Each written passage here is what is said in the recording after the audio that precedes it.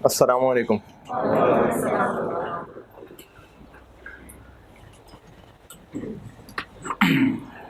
यार वो फिर एसी भी बाकी चला देना फिर।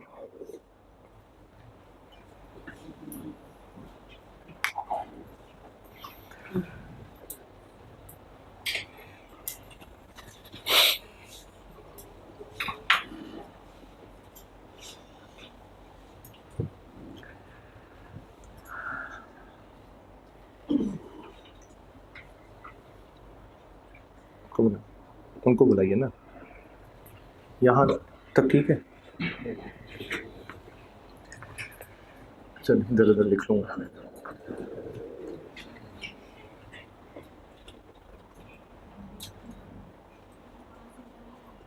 और ये वाला चल रहा है, ये वाला ये सी चल रहा है जी। मैं वो भी चलवा रहा हूँ, आप वो बंद करवा रहे हैं। असल में लोग ज़्यादा है ना, फिर घुटन हो जाएगी। अच्छा मुझे दे देना रिमोट पे, उसे क्या मुझे रिमोट दे दें, एसी बंद करना हो चलाना हो।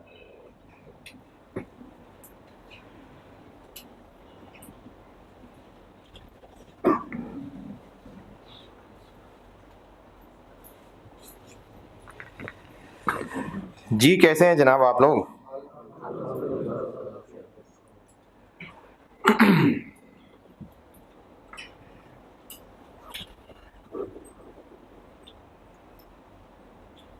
इसका भी दे देना मुझे रिमोट।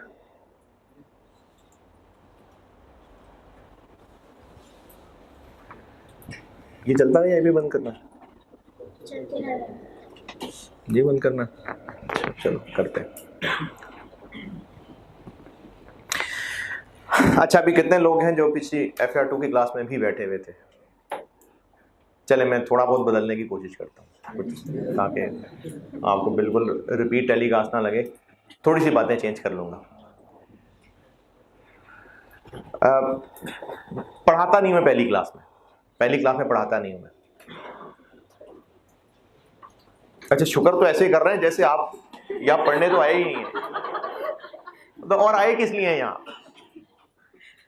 फीसें दे के लड़ झगड़ के देखें हालत देखें जरा अभी अपनी कमरे भरे हुए कमरे की। और नहीं पढ़ाना तो शुक्र ऐसे जैसे सब बहुत मजबूरी में आप यहाँ पे बैठे हुए थे। अच्छा बहरहाल पहली क्लास में मैं नहीं पढ़ाता। इसमें जनरली कुछ नसीहतें करता हूँ, फिर इसके अलावा अपने बारे में बता देता हूँ, फिर जो पढ़ाने की स्ट्रेटजी होगी वो बता दूंगा, क्योंकि पहले दिन ना कुछ बातें याद रह जाती हैं आगे के लिए भी, तो इसलिए पहले दिन में पढ़ाता नहीं। पहले कुछ जनरल नसीहतें। आप यहाँ पर काफ़ी लड़ झगड़ के भी पहुँचे होंगे। आप में से जितने लोग यहाँ बैठे हुए हैं, कई कैमरे के पार वाले वो लोग हैं जो यहाँ बैठना चाहते थे लेकिन नहीं आ सके।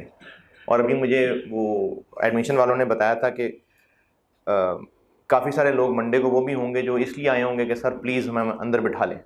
अभी मैं बाहर गया नहीं हूँ लेकिन मुझे कहा यह था कि होंगे। अब आप यहाँ पहुँच गए और मेरा ख्याल है कि ये कोई 130-40 के करीब शायद इस वक्त लोग यहाँ बैठे होंगे, और कई होंगे जो बड़ी मुश्किल से बैठे होंगे। अगर अपनी इस टांग का जोर ख़त्म करने तो इधर गिर जाएंगे। अब ये अपनी टांग का जोर लगा के टिक के बैठे हुए हैं, नहीं लगाएंगे तो इधर गिर जाएंगे, उधर गिर जाएंगे। अब आप यहाँ पर आ गए मुशक्क़त करके, और ये एक दिन की बात नहीं है, रोज़ ऐसे ही होगा। रोज़ आप सुबह 7 बजे 8, साढ़े 8, 8:40 रोज़ आप 8:30 आ रहे होंगे और 1.5 घंटा बैठ भी रहे होंगे। और अभी तो चलो मौसम अच्छा है, वरना गर्मियों में इतने लोगों का इस तरह बैठना, तरह तरह की सांसें ऊपर जाना, क्योंकि वो जो ख़ासतौर पे हॉस्टल में रहने वाला बच्चा होता है ना, वो सादगी और गंदगी में फ़र्क नहीं समझता। वो अच्छा हॉस्टल मैंने इसलिए कह दिया क्योंकि माँ बाप है नहीं देखने के लिए, वरना जो यहाँ रहते हैं वो भी ऐसे ही होते हैं। वो तो ज़बरदस्ती को माँ बाप कह दें कि भाई ब्रश कर लो तो ब्रश कर लेंगे, नहीं कोई पूछ होगी तो फिर ब्रश भी नहीं करेंगे। और अब तो वैसी सर्दियां हैं तो अब तो नहाने की भी ज़रूरत नहीं है। तो अब जब इन हालात के साथ आप क्लास में बैठेंगे तो आधे को घंटे के बाद क्लास का एनवायरनमेंट बदल चुका होगा। अब इस सब में आपने यहाँ बैठना है, वक्त गुजारना है, और तकरीबन 100 क्लासें आपने ऐसे ही बैठना है। हाँ, कुछ बच्चे, बल्कि काफ़ी सारे बच्चे इनफैक्ट, नहीं कैफ 3 है, कुछ बच्चे रिजल्ट तक हिम्मत हार के फिर चले जाएंगे, फिर रिजल्ट के बाद उनको लगेगा बस अब बैठा नहीं जा रहा, वजह कोई भी होगी, लेकिन रिजल्ट के बाद उनको फिर लगेगा कि उठ के चले जाना चाहिए। लेकिन तादाद पे बहुत ज़्यादा फर्क नहीं पड़ेगा। कहने का मकसद ये है कि आप यहाँ इतनी मुश्किल तक पहुँच गए, किस लिए पहुँचे? मतलब कोई ठीक है, अल्हम्दुलिल्लाह अल्लाह ताला ने इज्जत दी है। अगर आप ये सोच लेके बैठे हैं कि पता नहीं शायद सर की क्लास में कोई ऐसा फैज़ बढ़ता है कि जिस पे सर ने फूंक मार दी वो पास हो जाएगा, ऐसा नहीं होगा। हाँ, मैं एफर्ट करूँगा, वो मेरा काम है। अपनी तरफ से मैं जो कोशिश कर सकता हूँ उसको हर दफ़ा और बेहतर करने की कोशिश करूँगा, इस दफ़ा भी करूँगा। इस दफ़ा बल्कि सिलेबस में चेंजेस हुई हैं और उन चेंजेस की वजह से थोड़ी सी पढ़ाने की स्ट्रेटजी में फ़र्क आ जाएगा। जैसे अभी मुझे FAR1 का एक चैप्टर रिपीट कराना पड़ेगा, क्योंकि अब वो FAR1 के सिलेबस में नहीं है। आपने FAR1 में पढ़ा होगा एक चैप्टर, वो नहीं, IFRS कहाँ से आ गया? अब ये सर कॉस्ट वाले हैं, अभी FAR2 वाले नहीं है, ये कॉस्ट वाले सर हैं। IFRS नहीं है कॉस्ट में, कॉस्ट ऑफ प्रोडक्शन वाला एक चैप्टर था जिसमें वो डायरेक्ट, इनडायरेक्ट और वेरिएबल और फिक्स, हाँ, तो वो मुझे रिपीट कराना पड़ेगा क्योंकि वो अब FAR1 के सिलेबस में नहीं है। और कॉस्ट के सिलेबस में एक दो लाइनें ऐसी लिखी हैं जिससे मुझे लगता है कि अब उस स्टाइल के क्वेश्चन शायद यहाँ पर शिफ्ट हो जाएं। फिर इसी तरह से इन्वेंट्री, इंट्रो से भी गालिबन अब उतनी डिटेल में नहीं होगा, क्योंकि इंट्रो का तो पेपर ही चेंज हो गया, अब तो वो MCQs में चला गया, इंट्रो PRC में चला गया ना, इंट्रो टू अकाउंटिंग, वहाँ पर भी वो उतनी डिटेल नहीं हो सकती। फिर FAR1 में भी नहीं रहा इन्वेंट्री, वरना पहले कॉस्ट ऑफ प्रोडक्शन के अंदर, ये जब आपने FAR1 में पढ़ा होगा, cost of goods manufactured statement बनाते थे, तो वहां भी इन्वेंट्री किसी हद तक आ जाती थी, वो वहां से भी गई है। ये कई साल पहले ना कॉस्ट में होती थी इन्वेंट्री, जिसमें वो इन्वेंट्री कार्ड और मैन्युफैक्चरिंग बिजनेस, ये कॉस्ट में भी होती थी, फिर ये पीछे वाले पेपर्स में चली गई थी, तो अब वहां से हट गई है। और इन्वेंट्री वैल्यूएशन चूंकि आपके स्कोप में है सिलेबस में, तो मुझे इन्वेंट्री पे अब मज़ीद पढ़ाना पड़ेगा, तो थोड़ा सा स्टाइल बदलेगा, थोड़े से पैटर्न बदलेगा, तो मैं मज़ीद बेहतरी की कोशिश करूँगा। ये तो है मेरा काम कि मैंने कोशिश करनी है। अगर बेटा आप इसलिए क्लास में आके बैठते हैं ना कि किसी ने कहा था भाई सर की क्लास में बस जाके बैठ, बस पैर रख लो, जैसे किसी दौर में ना वो वैगनें होती थी बहुत, अब तो खैर वैगनें कम है, लेकिन वैगनें किसी दौर में लाहौर में बहुत चलती थी। जो वैगनों के दौर में अगर निकला है बाहर रोड्स पे, तो कंडक्टर कहता पैर रखो पैर रखो, आगे जगह हो जाएगी। अब वो जब बंदा पैर रख लेता था तो लगता था, फिर पता लगता था बस पैर की जगह थी, फिर वो बिल्कुल कुब्बा होके और बिल्कुल वो पूरा सफर ऐसे गुजरता था। तो अगर किसी स्टूडेंट ने आपको ये कह दिया कि बस सर की क्लास में जाके पैर रख लो तो पास हो जाओगे, या सर ने बस अगर सिर्फ देख ही लिया तो पास हो जाओगे, या सर ने बस किसी तरह सर तक पहुंच जाओ, सर हाथ लगा दें, या तुम सर को देख लो और सर को देखते रहना, जितने ज्यादा देखते रहोगे उतने ज्यादा पास होने के चांसेस बढ़ जाएंगे, ऐसा कुछ नहीं होने वाला बेटा। आपको मेहनत करनी पड़ेगी, मैं आप तक पहुंचने की पूरी कोशिश करूंगा, क्योंकि जो कॉस्ट अकाउंटिंग का सब्जेक्ट है ना, ये आपने पहले नहीं पढ़ा हुआ, वैसे तो खैर सारे ऐसे हैं जो पहले कई सारे जो नहीं पढ़े हुए, लेकिन कॉस्ट को लोग अकाउंटिंग का वर्ड इस्तेमाल होने की वजह से कॉस्ट एंड मैनेजमेंट अकाउंटिंग समझते हैं शायद कि ये अकाउंटिंग से रिलेटेड कोई चीज़ है, कि इंट्रो टू अकाउंटिंग पढ़ी थी तो शायद कॉस्ट में फ़ायदा हो जाएगा, या FAR1 पढ़ के आए तो कॉस्ट में फ़ायदा हो जाएगा। अक्सर बच्चे पूछते भी हैं कि FAR1 पढ़े बगैर कॉस्ट पढ़ सकते हैं कि नहीं पढ़ सकते, तो इसका अकाउंटिंग से ताल्लुक नहीं है, सिवाय कुछ चैप्टर्स में डबल एंट्रीज आने के ज़्यादा ताल्लुक नहीं है। ये एक डिफरेंट सब्जेक्ट है, इसमें कॉम्प्लिकेटेड कैलकुलेशंस का इस्तेमाल होगा, बहुत घुमा फिरा के ट्रिकी से क्वेश्चंस होंगे। ये मैं आपको पहले दिन डरा नहीं रहा मैं आपको फैक्ट बता रहा हूँ। इसमें मैं आपके लिए जिस हद तक जा सकूंगा मैं कोशिश करता हूं कि बहुत सारी चीजें आपको लिखवा दूं। यानी मेरी जो जब मैंने कॉस्ट पढ़ानी शुरू की थी 2016 में पहली दफा पढ़ाया था मैंने, यानी स्प्रिंग 16 जो था वो मेरा कॉस्ट का पहला बैच था। तो उस वक्त जो मैं मार्केट में पढ़ाने के लिए आया, स्टूडेंट्स की तरफ से डिमांड थी बहुत ज़्यादा, तो मुझे ये सुनने में मिला था कि कॉस्ट के प्रॉपर नोट्स नहीं बन पाते। तो मैं आया ही ये सोच लेके था कि नोट्स पूरे होने चाहिए। तो मेरी कोशिश ये है कि आप लोगों के जो कॉस्ट अकाउंटिंग के लेक्चर नोट्स हों वो मैं बहुत स्ट्रक्चर्ड तरीके से लेके चलूँ।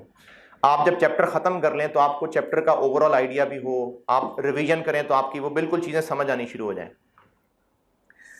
क्योंकि अच्छे अगर स्ट्रक्चर्ड नोट्स होंगे ना तो वो बाद में रिवीजन में बहुत हेल्प करते हैं। जैसे एक टीचर हैं क्यूएम स्टैट्स के, बहुत सीनियर टीचर हैं, पैक में शायद आपने कभी सुना हो या पढ़ा उनसे, खालिद जावेद साहब। इनके नोट्स बहुत ही ज़बरदस्त स्ट्रक्चर्ड होते थे।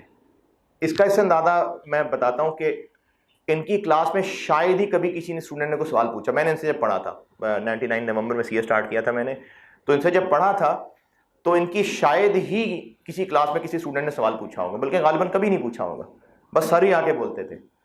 और उस पूरे पढ़ाने में इतने ज़बरदस्त फ्लो वाले नोट्स होते थे कि पूछने की ज़रूरत ही नहीं पड़ती थी। और यहाँ तक है कि मैंने उसके बाद कई साल बाद, यानी ये 99 की बात है, तो 2004 मैंने एमई दोस्तों के साथ मिलके तो एमए इकनॉमिक्स कर लिया। तो बाकी एमई कर लिया बल्कि तब मुझे अंदाज़ा हुआ कि मैं तो पढ़ाता भी अच्छा हूँ। मैंने खुद दोस्त के साथ, मैं और मेरा दोस्त, हम अकेडमी जाते थे पढ़ने के लिए। तो अब वो नहीं इनकी इतनी समझ आती थी, फिर मैं पढ़ाने लग जाता था। मतलब जब वो चले जाते थे मैं दुकान खोल के बैठ जाता था। तो पहले खुद किताब पढ़ता था, फिर उनको पढ़ा देता था। उनको यार आप ही पढ़ा दिया करें। तो वो मैं खुद भी पास हो गया, 2 लोगों को और भी पास करा दिया। तो एक एमए इकनॉमिक्स की बात कर रहा हूँ। तो उस एमए इकनॉमिक्स में मुझे एक सब्जेक्ट में स्टैट्स की ज़रूरत पड़ी। ये 6 साल बाद की बात है। उसके दरमियान में कहीं स्टैट्स नहीं पड़ी थी। मैंने सर के पुराने नोट्स निकाले, रखे हुए थे संभाल के, तो उनको निकाल के पढ़ा और वो ऐसी था जैसे सर ने दोबारा पढ़ा दिया। यानी इतने फ्लुएंट नोट्स बने हुए थे। बड़े उस्तादों में से हैं मेरे भी, मैं मतलब जिनसे सीखा है ज़िंदगी में बहुत। तो इस नीयत के साथ, इस कोशिश के साथ मैं नोट्स तो बनवाऊंगा, कोशिश पूरी करूंगा कि डिटेल नोट्स बनाऊं।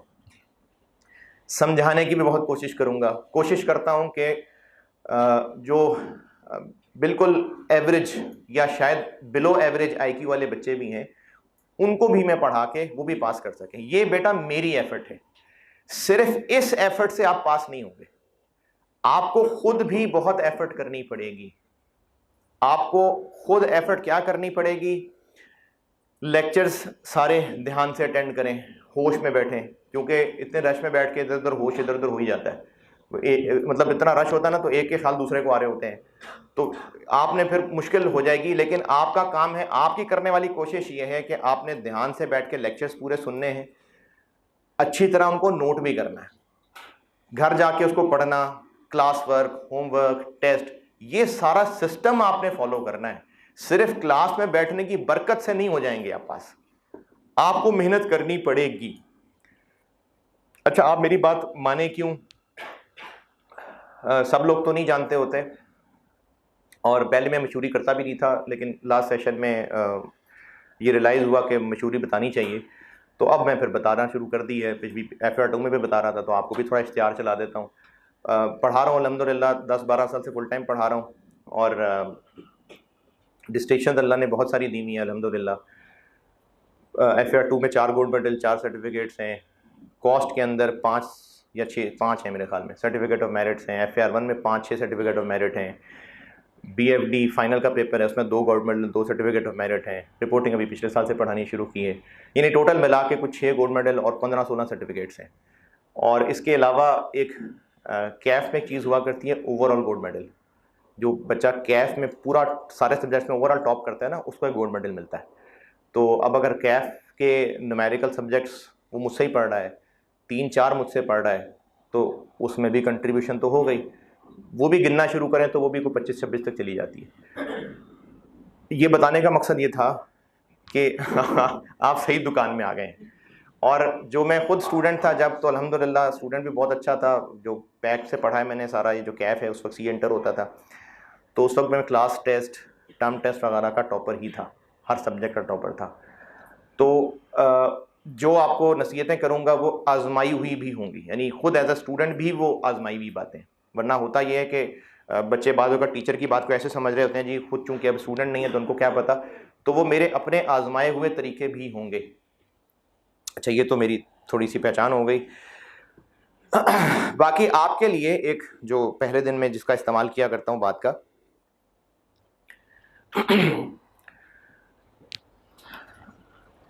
इंसान के अंदर ना ख्वाहिशें तो होती हैं बहुत ज़्यादा, दुनियावी एतबार से भी मैं बात कर रहा हूँ भी। आप चूँकि जवान हैं तो आपकी कई जायज़ हलाल ख्वाहिशात की बात कर रहा हूँ। तो जो आपकी जायज़ हलाल ख्वाहिशात हैं, आप जवान हैं चूँकि, उनमें से एक जायज़ हलाल मुनासिब ख्वाहिश ये भी है कि आप लोगों की अभी एज 18, 19, 20, 21, 22 साल की रेंज में होंगे आप लोग, कि अभी जो अगली ज़िंदगी है, जो आपकी प्रैक्टिकल लाइफ होगी, मैरिड लाइफ होगी, ये अच्छी स्टेबल लाइफ हो। इसी की कोशिश के लिए आप यहाँ पढ़ाई के में अपने 6, 7, 8 घंटे लगा रहे होते हैं। अपनी जवानी के आप लोग सुबह से लेकर शुरू करेंगे और रात रात तक पढ़ते रहेंगे, तो आप किसी वजह से ही यहाँ मेहनत करने के लिए आए होते हैं। आपने 5, 6 साल, किसी को पढ़ने का बहुत शौक हो तो 7, 8, 10 साल, 12 साल भी लग सकते हैं। तो ये आप अपनी जवानी के लगा रहे हैं, और इस सब के पीछे इरादा ये है, ख्वाहिश ये है कि आपका अच्छा कैरियर बन जाए, रिस्पेक्टेबल कैरियर है, और हलाल कमाई के भी बहुत सारे रास्ते मौजूद हैं। यानी कुछ बच्चों को ये भी कंसर्न होता है कि सीए प्रोफेशन ही शायद हराम है, तो ऐसी बात नहीं है। अल्हम्दुलिल्लाह बहुत सारे हलाल ज़राए मौजूद हैं। हराम ज़राए तो हर जगह होते हैं, वो तो हर जगह पर बुरे लोग मौजूद हैं। तो आप इस बात पे बेफिक्र होके मेहनत यहाँ पर करिए, और आप अपना कैरियर बनाने आए हैं। और आप में से मेजॉरिटी उन घरानों से हैं कि जिनका आपके अलावा कोई ऐसा फाइनेंशियल सेटअप नहीं है कि आप उसमें जाके एडजस्ट हो जाएं। कोई ऐसा स्टोर नहीं है, कोई ऐसी बड़े बिजनेस नहीं है, कोई फैक्ट्री नहीं है जो आपने जाके संभालनी हो, बस वो फैक्ट्री आपका इंतजार कर रहे हो। आप में से मेजॉरिटी लोग मिडिल क्लास, लोअर घरानों से हैं, जिनकी पूरी, जो आपके वालिदैन की पूरी मैक्सिमम जो कोशिश थी वो यही थी कि आपको बस यहाँ तक पहुँचा दिया। बल्कि आप में से कई तो ऐसे भी होंगे कि जिनके वालिदैन की बस यहीं तक पहुँच थी, सी फैब में आपको सपोर्ट करने के लिए वो नहीं शायद अवेलेबल होंगे। उनकी जितनी जमा पूंजी थी, उनकी जो मैक्सिमम एफर्ट थी, वो आप तक लग चुकी हुई है। कई ऐसे भी हो सकते हैं जिनके छोटे बहन भाइयों का फ्यूचर भी आपसे लिंक हुआ है, क्योंकि अब्बा के लिए आप एक वाहिद खिलाड़ी थे, उन्होंने आप पे खेल लिया। जितना पैसा अरेंज हो सकता था हो गया। बल्कि मैं एक शेर सुनाया करता हूँ हर क्लास में, मेरी कोशिश होती है कि हर क्लास में हर क्लास मतलब हर सेशन की पहली क्लास के अंदर, ये मुझे एफएससी में मेरे टीचर ने सुनाया था, और शेर व शायरी मुझे बिल्कुल पसंद नहीं है, लेकिन पता नहीं क्यों मैंने इसको अपनी किताब पे लिख लिया था, फिर ज़िंदगी का हिस्सा बन गया कि हर सेशन की पहली क्लास में मैं ये सुनाया करता हूँ। शहर में आकर पढ़ने वाले भूल गए, शहर में आकर पढ़ने वाले भूल गए, किसकी माँ ने कितना जेवर बेचा था। जब आप में से कई लोग हैं जो लाहौर से बाहर के हैं। कितने हैं जो लाहौर से बाहर के हैं? बहुत सारे लोग हैं। तो आप जब यहाँ पहुँच गए हैं, हॉस्टल में रह रहे होंगे, कोई फ्लैट लिया होगा, या अपना घर है किसी का। ये जितने लोग लाहौर नहीं, जो लाहौर से बाहर आए हैं उनकी बात, बाहर से जो आए हैं, वो अपनी कोठी है यहाँ पर जिसमें 10-20 नौकर चाकर आपकी खिदमत के लिए तैयार हैं। है ऐसा कोई एक नाश्ता करा रहा है, एक छोड़ने आ रहा है? नहीं, आप हॉस्टल में रह रहे हैं, आप फ्लैट में रह रहे होंगे, वहाँ खाना पीना भी आपने खुद करना है, या अगर हॉस्टल में खाने का इंतज़ाम है तो वो ऐसा है कि उसमें आप हफ्ते 10 दिन बाद डॉक्टर से मुलाकात करनी पड़ जाती है आपको, या कुछ लोगों ने इससे तंग आके कि कहाँ कौन खाना अरेंज करेगा, बाहर से खाना शुरू कर दिया हुआ है। खाने के बड़े मसले होते हैं हॉस्टल्स के अंदर। फिर उसके अलावा सफाई का मसला है, कपड़े धोने का मसला है, ये बहुत सारे मसाइल हैं। आप इन मसाइल को कवर करेंगे तो पैसे ज़्यादा लगना शुरू हो जाएंगे। हॉस्टल में 1 महीना गुजारना पैसों के एतबार से तकरीबन कितना कॉस्ट करता है एवरेज? अच्छे बुरे हॉस्टल सब एवरेज अगर कर लें 30,000, चले 25,000 कह देते हैं, 25,000 कह देते हैं, जिसमें आपका कॉलेज आना जाना, चिंची का भी तो करा लेना, चिंची वाले ने किराया लेना है, हैं, वो चिंची का किराया है, फिर उसके अलावा आपने वहाँ रहना उसका किराया है, खाने पीने का खर्चा है, ये सारे खर्चे हैं। महीने का 25,000 हो गया जी। और आप एक अटेम्प्ट के अंदर, अब नई स्कीम में तो खैर 3 पेपर पढ़ने पड़ेंगे, लेकिन मुझे कंफर्म नहीं है, लेकिन शायद पुराने लोगों पे एप्लीकेबल नहीं है रूल, सब पे एप्लीकेबल है। अच्छा चले, जनरल बात हो जाएगी। 2-3 पेपर आप लोग पढ़ रहे हैं, एक सेशन में 2-3 पेपर, कॉस्ट पढ़ा रहा हूं ना तो आपको मैं कॉस्टिंग करके दे रहा हूं।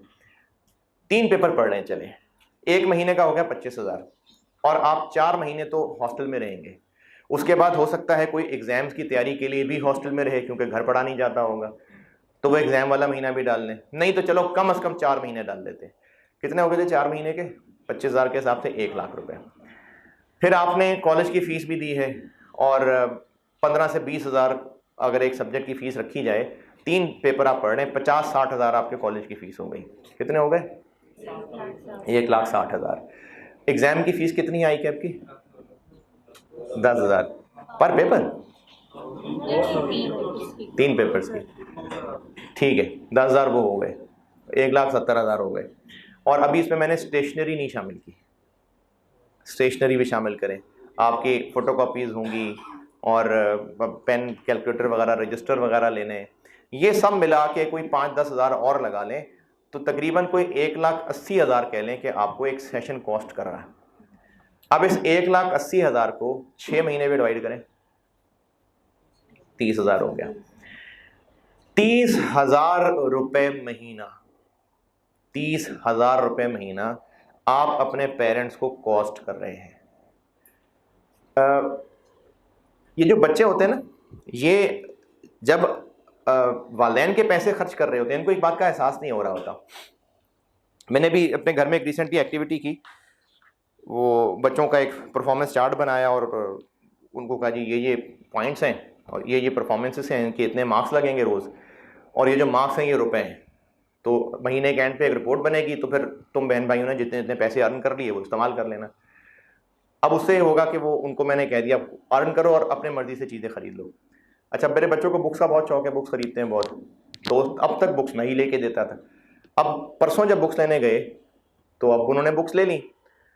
जब मैंने बुक्स उनको ले दी तो मैंने कहा कि ये तो तुम्हारे पैसों की बुक्स हैं।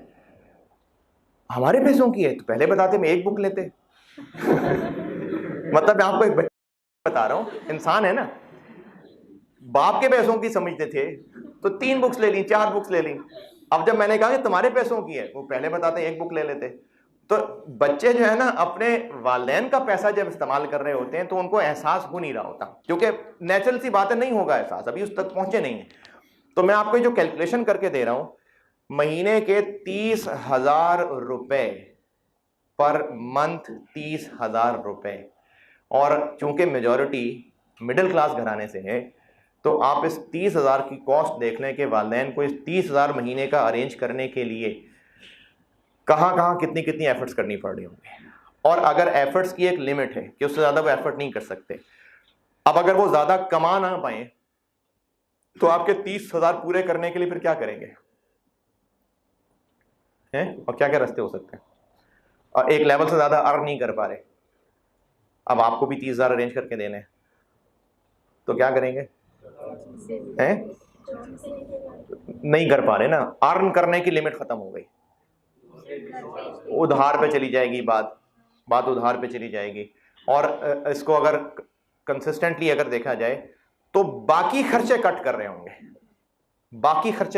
होंगे, अब आप यहां पर अवेलेबल, आपको रिहाइश दे दी गई, आपको यहां पर रहने आने जाने के लिए, और वालिदैन ने आपको शायद ये भी कह दिया कि जी हर हफ्ते ना आना, 2 महीने बाद आ जाना, उसमें यकीनन किराए का भी एक एलिमेंट हो सकता है। फिर आपकी पढ़ाई डिस्टर्ब ना हो, वरना अम्मा के लिए ना आसान नहीं होता। आपको बेशक अपनी अम्मा अच्छी ना लगती हो, लेकिन आपकी अम्मा को आप बड़े अच्छे लगते हैं, और माँ के लिए आसान नहीं होता कि आप लोगों को दूसरे शहर भेज दिया जाए।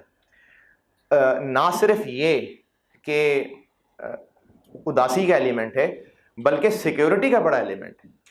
माँ बाप को ये इस चीज़ का अंदाजा है कि जब अपने औलाद को अपनी नज़रों से दूर किया हुआ है तो बड़े अजीब अजीब खदशात आ रहे होते हैं, ये मसला ना हो गया हो, पता नहीं कैसे खाना पीना कैसे हो रहा होगा, फलाना मसला ना हो रहा हो, ये सारी वो परेशानियां जिसको आप मॉनेटरी वैल्यू नहीं दे सकते।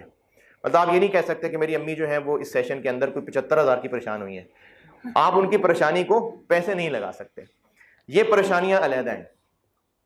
तो वो जो आपको यहां पर सारी फैसिलिटीज दे रहे हैं, अगर अर्न नहीं कर पा रहे तो खुद अपने खर्चे कम कर रहे होंगे।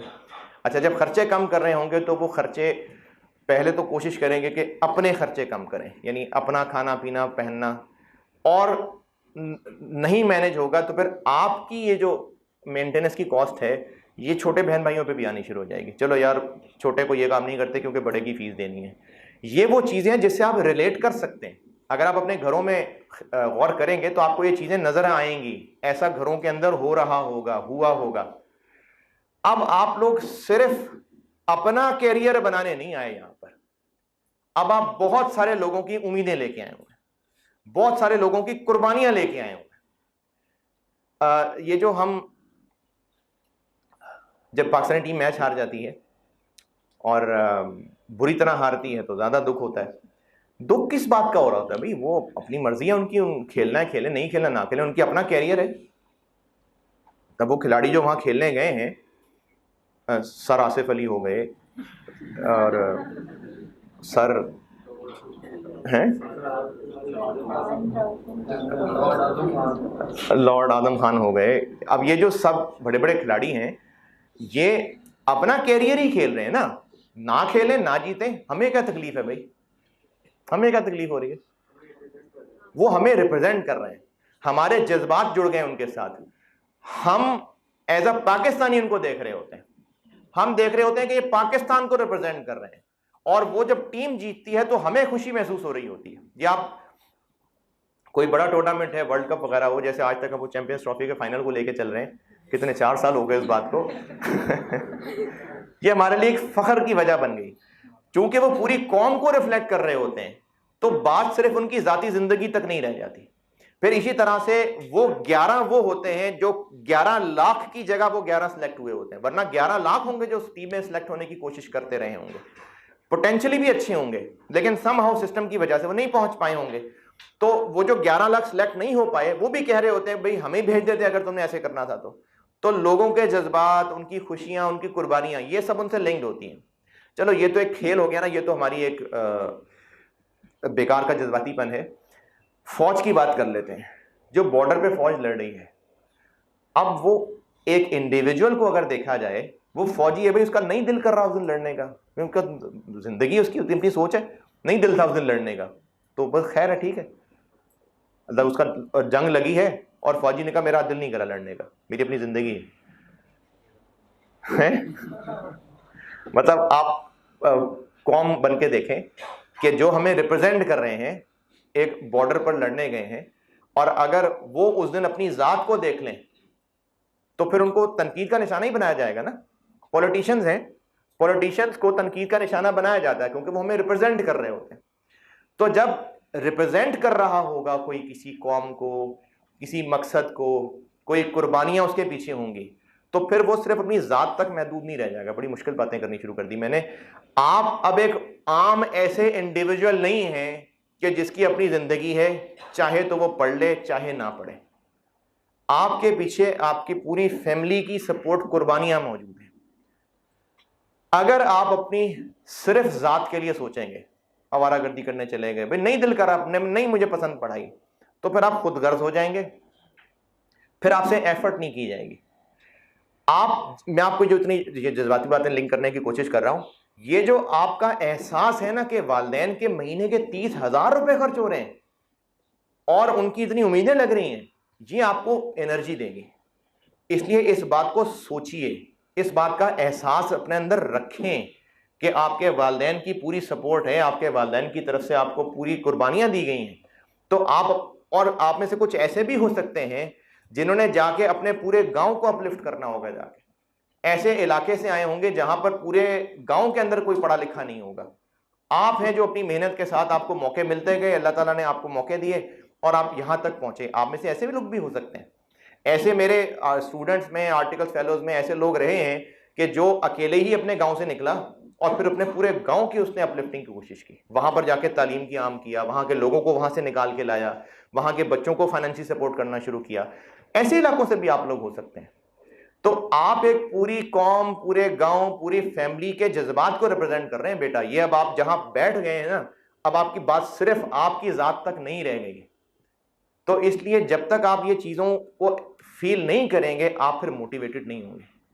हाँ, इसमें कंट्रोल भी, बैलेंस भी रखना है। ये ना हो कि ये इतना प्रेशर डाल दे आप लोगों पे कि किसी का दिमाग फट जाए, ऐसा भी नहीं है। इतना प्रेशर भी नहीं लेना, लेकिन क्या कहते हैं उसको, मुझे लफ्ज भूल गया, लिहाज ना करने, बद लिहाज नहीं होना आपने अपने वालिदैन की। आप लोगों को आपके वालिदैन की कुर्बानी, और चूंकि हम कॉस्ट का पेपर पढ़ रहे हैं तो वो न्यूमेरिक्स आपके सामने लाने जरूरी थे। तो जब तक बेटा आप डेडिकेशन के साथ एफर्ट नहीं करेंगे, आप उन उम्मीदों, उन कुर्बानियों के साथ इंसाफ नहीं कर रहे होंगे। और इसी से कनेक्टेड एक और बात, खास तौर पे लड़कियों के लिए, अमूमी तौर पे लड़कों के लिए भी, वालिदैन की इज्जत, उनका लिहाज, उनका मुकाम, ये आप लोगों के सर पे होता है। और आप लोग चूंकि जवान हैं, अक्सर घरों से दूर हैं, तो आप कुछ ऐसी एक्टिविटीज में इन्वॉल्व हो जाएंगे, कुछ ऐसी बेकार कामों में इन्वॉल्व हो जाएंगे कि आपको अंदाजा नहीं होगा कि उसका, आपकी जो पेरेंट्स हैं जिन्होंने आपको अमानतदार बना के यहाँ भेजा हुआ है, उनकी इज्जतें उछालने वाले बन जाएंगे। इन कामों में ना पड़ना, क्योंकि मिक्स इन्वायरमेंट है, सारे लड़के लड़कियां भी पढ़ते हैं, फिर आगे आर्टिकल में भी इस तरह का इन्वायरमेंट होगा। तो इसको आपने खुद ही अपने आप को कंट्रोल रखना है, क्योंकि आप अपने पूरे फैमिली, अपने वालिदैन को रिफ्लेक्ट कर रहे हैं, रिप्रेजेंट कर रहे हैं। तो अपनी हरकत आप तभी कंट्रोल रख पाएंगे जब आप मोटिवेटेड होंगे कि आप यहां पर आए क्यों। ये बार बार सोचते रहें कि आप यहां पर बैठे क्यों हैं, आप कितनी कुर्बानियों से यहां पर पहुंचे हुए हैं। ये सोचते रहेंगे, इस बात का एहसास रखेंगे तो मोटिवेटेड रहेंगे, नहीं रखेंगे तो आप बह जाएंगे इधर उधर। अच्छा, ये तो हो गई थोड़ी ज़्यादा जज्बाती नसीहतें। अब मैं थोड़ा सा अपना सब्जेक्ट से रिलेटेड आपको बात बताता हूँ। मेरा पढ़ाने का तरीका ये होगा कि जैसे एक तो मैं पहले ही बता चुका, लेक्चर नोट्स मेरे लिए बहुत कीमती हैं। लेक्चर नोट्स मैं आपको कुछ चीज़ें ज़बानी भी लिखवाऊंगा, ज़्यादातर चीज़ें बोर्ड पे होंगी, यानी मैं आपको कोई नोट्स नहीं दे रहा हूँगा, बोर्ड पे और ज़बानी मेन ये होगा। हाँ, कुछ चैप्टर ऐसे हैं, जैसे एक चैप्टर है वेरिएंस एनालिसिस, उसके फार्मूले बहुत थोड़े थोड़े से फर्क के साथ मिलते जुलते फार्मूले हैं। वो मैं रिस्क नहीं ले सकता कि बोर्ड पे लिखूं, क्योंकि मैं बोर्ड पे लिखूंगा कुछ और, आपको नजर कुछ और आएगा, अपने रजिस्टर तक जाते जाते वो बदल चुका होगा। तो वो इतने सेंसिटिव फार्मूले हैं कि उसमें ए बी सी इन चीजों के फर्क बदल देंगे, उसके नोट्स दूंगा मैं आपको। अदरवाइज बाकी मैं आपको बोर्ड पे लिख के और जबानी बता रहा हूँ। तो लेक्चर नोट्स बहुत इंपॉर्टेंट है। प्रैक्टिस के लिए मैं वैसे तो मुझे इस बात पे क्रिटिसाइज ही किया गया है कि आप राइस की बुक को डिस्करेज कर रहे होते, लेकिन बहरहाल मैं तो आपके लिए बात बताऊंगा। मैं राइस की बुक आपको कह नहीं रहा कि आप लें, आपकी मर्जी है अगर आप लेना चाहें। मेरे लिए उसमें से कीमती क्या है, मेरे नज़दीक उसमें से मुझे बस पास्ट पेपर्स चाहिए, यानी मैंने बस पास्ट पेपर्स को यूज करके प्रैक्टिस करानी है। काफी सारे सवाल जो साथ साथ खुद बना रहा हूँगा वो तो होंगे, वो अलग हैं, लेकिन प्रॉपर प्रैक्टिस के लिए मुझे बस पास्ट पेपर्स चाहिए। ऑनलाइन वालों के लिए मैं एक काम ये करूंगा कि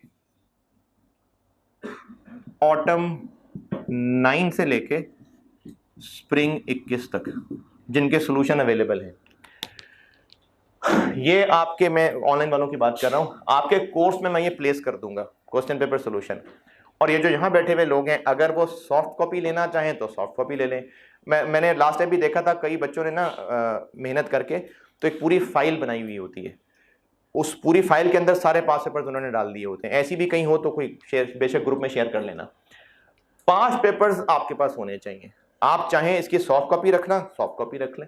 सॉफ्ट कॉपी में मुझे सिर्फ मसला ये होता है कि आप मोबाइल जब देख रहे होते हैं और फिर ऊपर से जब एक नोटिफिकेशन आती है तो फिर आप कहीं से कहीं निकल जाते हैं। तो मोबाइल में सिर्फ ये नुकसान है पढ़ने का। अगर आप हार्ड कॉपी लेना चाहें, फोटोकॉपियर के पास चले रखवा देंगे, आप हार्ड कॉपी ले लें, कहीं और से किसी ने प्रिंट निकलवाना है कहीं और से प्रिंट निकलवा ले, सॉफ्ट कॉपी रखने हैं आपकी मर्जी है।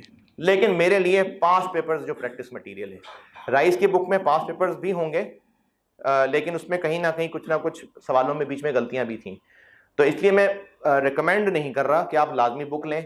हाँ, कुछ बच्चों को शौक होता है जी बुक की शक्ल में होना चाहिए, ले लें आप राइस की बुक, उसमें पास्ट पेपर्स होंगे, करवाने मैंने पास्ट पेपर्स, मैंने प्रैक्टिस पास्ट पेपर से ही करवानी है। कुछ के सोल्यूशन जिनसे मैं इख्तलाफ करता हूँ आईकैप के सोल्यूशन से, वो मैं आपको अपने सोल्यूशन दे दूंगा, लेकिन प्रैक्टिस पास्ट पेपर्स ही की प्रैक्टिस है। इसके अलावा आपने खुद अपने तौर पे कुछ पढ़ना हो तो आईकैप स्टडी टेक्स्ट पढ़ लेना जब आएगा, रिक्वायर नहीं कर रहा। हाँ, उसमें कुछ चीजें ऐसी होंगी छोटी मोटी जो आपसे थ्योरेटिकली पूछी जा सकती हैं, वो मैं आपको साथ साथ मार्क करवाता जाऊंगा आईकैप की बुक से।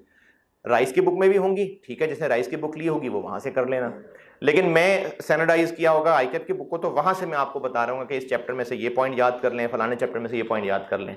पहले 2 चैप्टर होते थे बड़े ठीक ठाक थ्योरेटिकल रट्टे वाले, वो अब निकाल दिए हुए सिलेबस से, तो अब वो रट्टे वाले चैप्टर्स नहीं है। हाँ, हर चैप्टर में से थोड़ी थोड़ी चीजें हो सकती हैं याद करने वाली, तो वो मैं आपको आईकैप की बुक से साथ साथ मार्क करवाता जाऊंगा, लेकिन ये ज्यादा नहीं होंगी, थोड़ी सी होंगी। मेन यही है, मेन चीज ये है। और चूंकि मैंने नोट्स अपनी तरफ से तो कोशिश करनी है कि बहुत ऑर्गेनाइज्ड, बहुत स्ट्रक्चर्ड नोट्स बना के दूं, लेकिन वो आपके पास भी स्ट्रक्चर्ड ही रहे। ये ना हो कि एक हर दिन को 3 पेजेस वहां से ले आए, कुछ छोटे भाई की पेज कॉपी में खाली थे वहां से फाड़ के ले आए, उसके बाद पता नहीं पेजेस किधर रुल रहे हैं। ये काम नहीं करना, या तो प्रॉपर रजिस्टर बनाएं, या अगर लूज पेजेस भी रखने हैं तो फिर घर में जाके उसको फाइल में लगाएं। मैं तो ऑर्गेनाइज नोट्स बनवा दूंगा, आप भी तो उनको ऑर्गेनाइज तरीके से रखें ना, तो इसलिए लेक्चर नोट्स सबसे कीमती चीज होगी आपकी।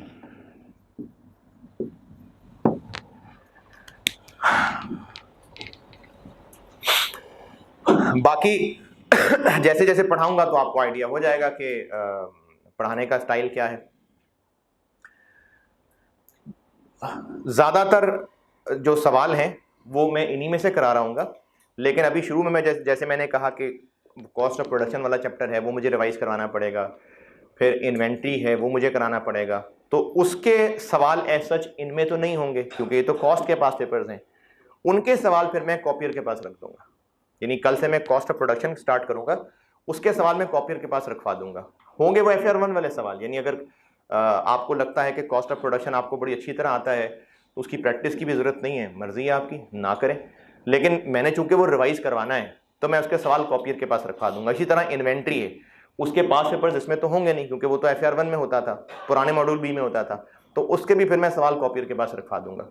उसके अलावा बाकी सब पास पेपर्स में प्रैक्टिस मटेरियल हो जाएगा। ग्रिड इसलिए एक्सप्लेन नहीं कर रहा क्योंकि अभी आपको पता ही नहीं ग्रिड है क्या, तो मैंने एक्सप्लेन करके देनी। मैं आपको जो मर्जी बता दूं ग्रिड ये ऐसी है, तो आपको ख्याल लगे कि 15 चैप्टर हैं कि 18 चैप्टर हैं, आपने तो बस साथ साथ पढ़ना ही है। तो इसलिए मैं ग्रिड अभी एक्सप्लेन नहीं कर रहा। वो FR 2 में एक बच्चे ने कहा था ग्रिड, तो मैं ग्रिड अभी एक्सप्लेन नहीं कर रहा। आप थोड़े से कॉस्ट में पुराने हो जाएं, थोड़ा सा आपको चीज़ों को समझ आनी शुरू हो जाए, ये यकीन आ जाए कि हाँ आप कॉस्ट पढ़ रहे हैं, फिर उसके ग्रिड में ज़रूर शेयर कर लूँगा।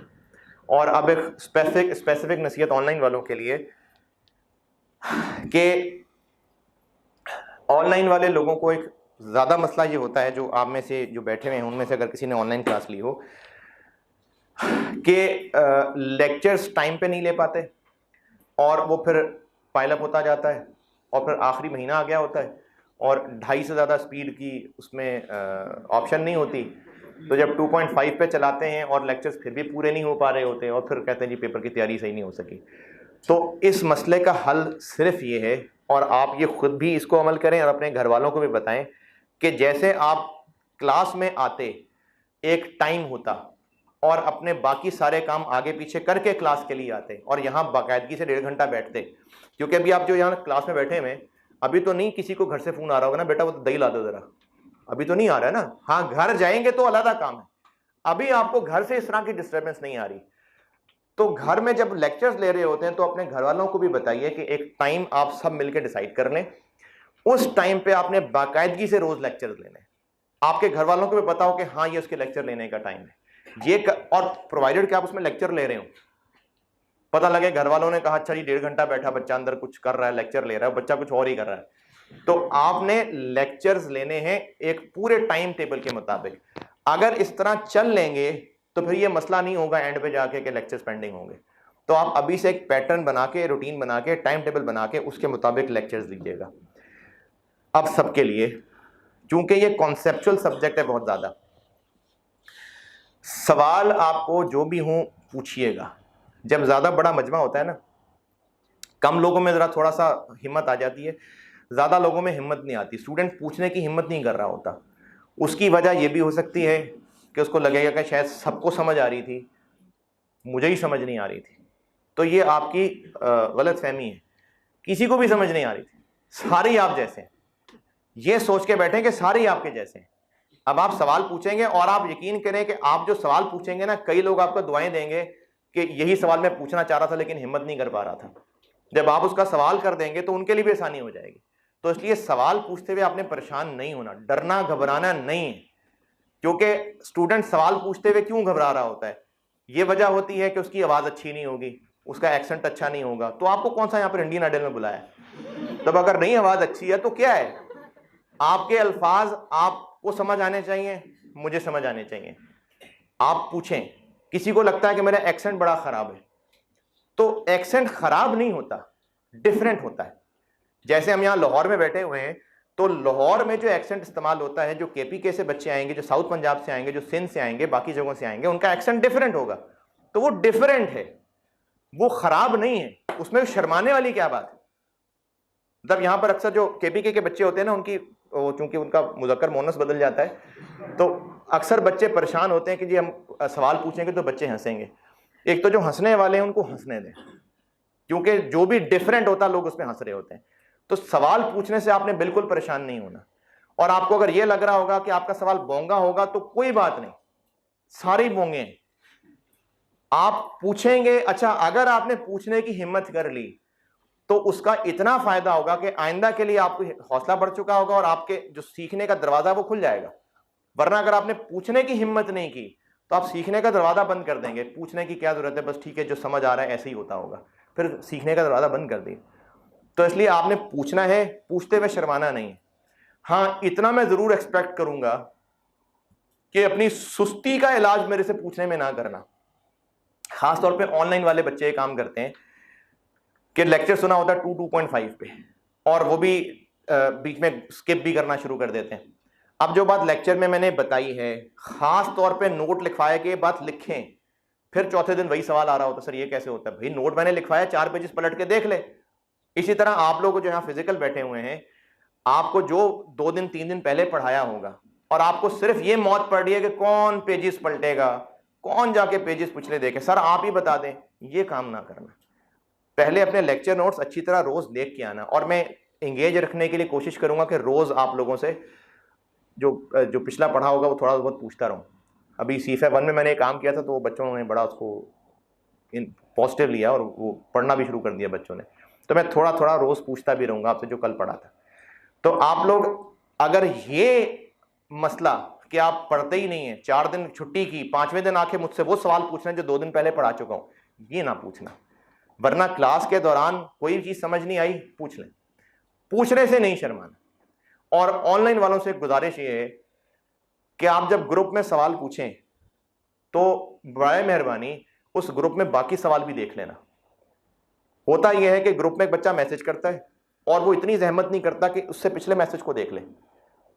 वो लास्ट टाइम कॉस्ट में काम हुआ, कॉस्ट में मैंने एक पॉइंट क्लास में डिस्कस किया, फिर वो सवाल लोगों ने पूछना शुरू किया और हर कुछ दिन बाद फिर वो सवाल पूछ रहे होते थे।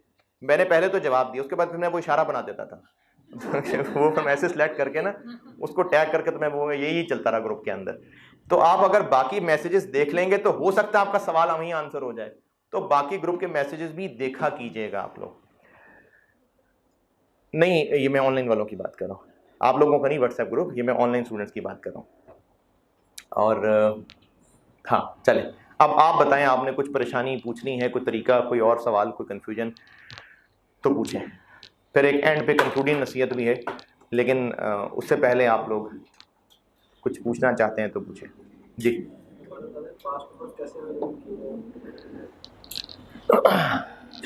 ये जो पास्ट पेपर आप इनकी हार्ड कॉपी कह रहे हैं या सॉफ्ट कॉपी कह रहे हैं?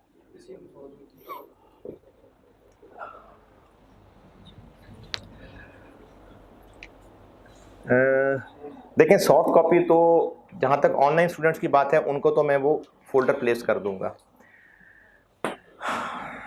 बाकी आप अगर सॉफ्ट कॉपी लेना चाहें तो आपस में एक दूसरे से शेयर हो सकती हैं चीज़ें। हाँ, ये भी कर सकता हूँ कि कोई ले आया USB ले आया करे, क्लास के बाद मुझसे कॉपी करा लिया करेगा। यहाँ तक भी यानी 1 to 1 तो मैं ऐसे कर दूंगा कि जो मेरे पास स्टूडेंट USB लाएगा वो मुझसे ले ले, मैं उसको कॉपी दे दिया करूँगा। बाकी फिर आपस में आप लोग शेयर कर लिया करना, क्योंकि फिजिकल क्लास का व्हाट्सएप ग्रुप नहीं होता, बहुत मैस मच जाता है, वरना ग्रुप में शेयर कर देता, तो वो फिर आप लोग खुद ही उस तक पहुँच जाए। अगर हार्ड कॉपी चाहिए तो वो मैं TA के पास रखवा दूंगा, आप वहाँ से कॉपी ले लीजिएगा। जी, मैं वहाँ TA है भी तो क्लास में नहीं, कोई नहीं है, तो मुझे कल फिर दोबारा याद करा देना, मैं उनको पास्ट पेपर्स देखे ना तो फिर मैं हार्ड कॉपी रखवा दूंगा, क्योंकि मुझे चाहिए पास्ट पेपर्स। मैं आपसे पास्ट पेपर्स ही कह के डिस्कस करूंगा, फलानी अटेम्प्ट के फलाने सवाल पे आ जाए, मेरे लिए प्रैक्टिस मटेरियल यही है। जी, और कोई सवाल? जी, आई कैप की मुझे अल्फाज समझ नहीं आए। आई कैप की पुरानी देखें, बुक तो मैं आई कैप की वो आपसे रिक्वायर ही नहीं कर रहा, कुछ टॉपिक बीच में मार्क करवाने होंगे तो हाँ वो चल जाएगी, बिल्कुल चल जाएगी। एक मिनट, एक बात याद आई, जो आप लोगों में से कॉस्ट का रिपीटर है, मैं थोड़ा दिल हल्का करने के लिए आपको बात बता दूं, बजटिंग सिलेबस से निकल गया है। जो आप में से कॉस्ट का रिपीटर है अगर कोई, बजटिंग सिलेबस में अब नहीं है, सस्टेनेबिलिटी रिपोर्टिंग सिलेबस में नहीं है, फाइनेंशियल इंस्ट्रूमेंट सिलेबस में नहीं है, long term decision making syllabus में नहीं है। अच्छा, वो क्या चीज़ है MFA में पढ़ेंगे तो पता लग जाएगा आपको। वो कॉस्ट से निकल के MFA में आ गया, बजटिंग जो है वो MFA में आ गया है। हाँ, अगर आपका BM पास है तो मौजें करें। हाँ जी,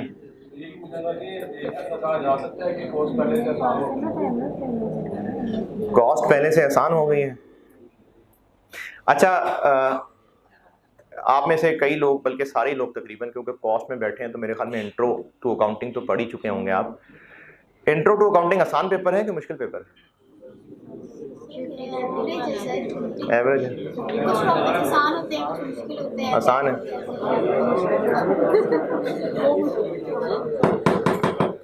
एक पेपर होता था introduction to financial accounting, module B, ये आज से कोई 2014 स्प्रिंग तक की बात है, 2014 स्प्रिंग। उसके बाद ना वो पेपर बहुत मुश्किल था, तो उसको तोड़ा गया, 2 पेपर्स बनाए गए, एक इंट्रोडक्शन टू अकाउंटिंग और एक FAR 1। तो जो इंट्रोडक्शन टू अकाउंटिंग था उसके बारे में उम्मत का ख्याल था यार तो बड़ा आसान पेपर हो गया है, तो बस आगे आप खुद देख लें कि जो जिन लोगों ने पहले पढ़ा होता है ना उनको लगता है कि अब सिलेबस का लोड कम हो गया है, बाकी नए वालों के लिए तो नया ही है, वो तो उसको उसी फिक्र और डर के साथ पढ़ रहे होंगे। तो मैं ये नहीं कहूँगा कि आसान हो गया इसमें। अब सवाल जैसे अगर पहले कभी कभी प्रोसेस पे नहीं, प्रोसेस पे तो खैर अक्सर ही सवाल आता था, शॉर्ट टर्म डिसीजन मेकिंग का टॉपिक है, पहले अगर उस पर 3 सवाल आ रहे थे तो अब 4 भी आ सकते हैं, तो वो फिर इस तरह से पेपर मैनेज होने लग जाएगा। आसान कुछ नहीं होता, मेहनत करनी होती है। जी, और कोई सवाल? जी, डायरेक्ट इंट्रो से हम लोग FAR 1 पढ़िए ना, FAR 2 डायरेक्ट कॉस्ट पढ़े, उनके लिए कोई मतलब? ये मैंने भी शुरू में कहा था FAR 1 FAR 2 इसका कॉस्ट से कोई ताल्लुक नहीं है।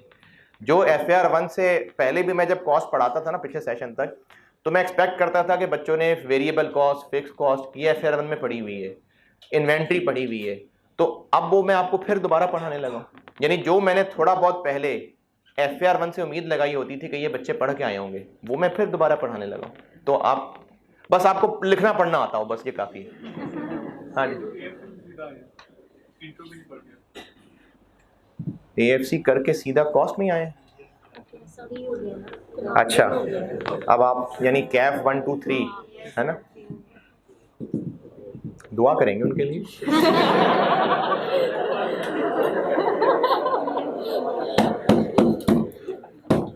अच्छा, नहीं चले वो मजाक पे चलेगी बात। कोई परेशानी की बात नहीं। आपने क्या हुआ? नहीं नहीं, मैं घबराना नहीं कह रहा हूँ, परेशानी वाली बात नहीं है। देखें, आपने जो भी पेपर पढ़ने हैं वो आपके लिए नए हैं। चाहे पहले उस पेपर को पढ़ने के लिए लोगों ने 4 पेपर पास किए होते, जैसे पहले एक कॉस्ट कैफ 8 था, तो कैफ 8 तक पहुंचते पहुंचते लोगों ने 4-5 पेपर पास कर लिए होते थे, उनका एक लेवल बढ़ गया होता था। अब कैफ 3 है, पहली ही अटेम्प्ट में अगला पीआरसी करके आए अगर वो कॉस्ट पढ़ रहा होगा, तो आप जो भी पेपर पढ़ेंगे वो आपके लिए नया ही होता है। तो जितनी आपको कैफ 1 2 3 में मुश्किल होती थी पुराने में, अब भी आपको यहाँ पर वही मुश्किल हो रही होगी। तो कोई ऐसी बात नहीं है कि कैफ 3 शायद बहुत इंपॉसिबल हो जाएगा। इंपॉसिबल होता तो फिर वो कैफ 3 ना होता, फिर वो स्टिल कैफ 7 8 होता। अगर उसको कैफ 3 पे ले आए हैं तो समझते हैं कि इस इनिशियल लेवल का बच्चा इसको हैंडल कर सकता है, तो कर लेंगे, आप हो जाएगा हैंडल। नहीं तो पता लग ही जाएगा, नहीं तो लग पता जाएगा। जी, और कोई सवाल?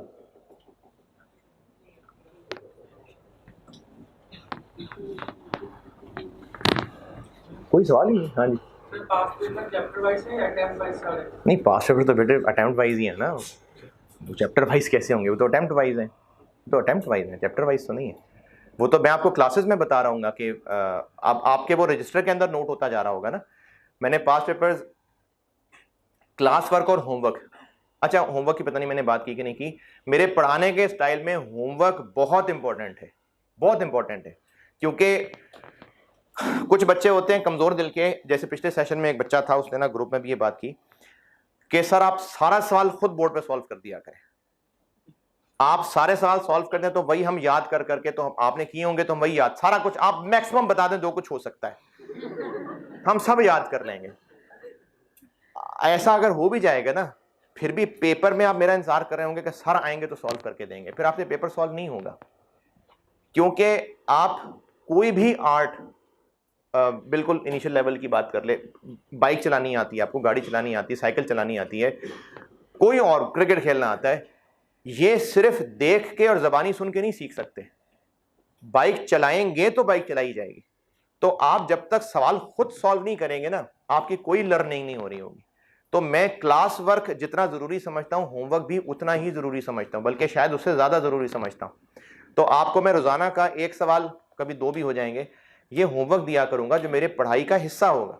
यानी वो एक्स्ट्रा नहीं होगा, करना है तो कर लो नहीं तो ना सही, वो करना जरूरी होगा। क्योंकि हो सकता है जो अगले दिन पढ़ाना हो वो उस पर कहीं ना कहीं डिपेंडेंट हो सकता है जो रोज पढ़ाया था उसमें मजीद पक्का करने के लिए एक नया पॉइंट हो जो मैं चाहता हूं कि आप खुद देखें और खुद हैंडल करें, और फिर अगले दिन मैं डिस्कस करूं। तो होमवर्क, क्लास वर्क, ये दोनों मेरे लिए बहुत जरूरी होंगे, और अगले दिन फिर होमवर्क में डिस्कस भी कर रहा हुआ करूंगा। और चलो अच्छी बात है, ये भी मेरे ध्यान में आ गई, जब आप होमवर्क कर रहे हुआ करेंगे तो आपको लगेगा कि समझ नहीं आ रही सवाल शुरू कैसे करना है, सवाल शुरू कर रहा था कहीं गलत ही ना हो जाए। तो अपने रजिस्टर में अगर आप फूंक फूंक के चलेंगे कहीं गलती ना हो जाए, तो आपका एग्जाम डे होगा और आपकी हिम्मत नहीं हो रही होगी लिखना शुरू करने की। आपका रजिस्टर ही है ना, 4 पेजेस लग जाएंगे, 10 पेजेस लग जाएंगे, गलत हो जाएगा पेज फाड़ देंगे। मतलब पेजेस बचा के तो कब्र में नहीं ना लेके जाने। मतलब आपकी जिंदगी की कामयाबी ये तो नहीं है कि आपने अपने सेशन गुजार लिया और उसमें 150 पेजेस बचे हुए थे, ये तो कोई कामयाबी नहीं है। रजिस्टर करें खुल के इस्तेमाल। तो आप होमवर्क जब दिया करूंगा तो आपने उसको सॉल्व करना है, खुद पूरा पूरा सॉल्व करना है, और ये हरकतें नहीं करनी कि थोड़ा सा समझ नहीं आया पीछे सोल्यूशन देख लिया, फिर एक कदम आगे बढ़े, फिर समझ नहीं आया फिर सोल्यूशन। इससे आप कुछ नहीं सीखेंगे, इससे कुछ नहीं सीखेंगे। ये है तो मिसाल बहुत लिमिटेड थी, लेकिन अगर आप में उसे देख के मुझे लग नहीं रहा कोई, लेकिन अगर कभी किसी को जिम जाने का शौक हुआ हो तो आपने अगर अपने मसल्स बिल्ड करने हैं ना, तो अगर आप हेल्पर साथ खड़ा कर लें कि वही वेट उठाता है सारा, तो फिर मसली रह जानी आपकी, फिर मसल्स नहीं बनने। मसल्स पे जोर पड़ेगा तो ही मसल्स बिल्ड होंगे। तो आप जब होमवर्क करेंगे और आप सॉल्यूशन की मदद लेते रहेंगे तो फिर आपका दिमाग नहीं बिल्ड होना। तो होमवर्क आपके लिए बहुत ज्यादा जरूरी है। जी, और कोई सवाल?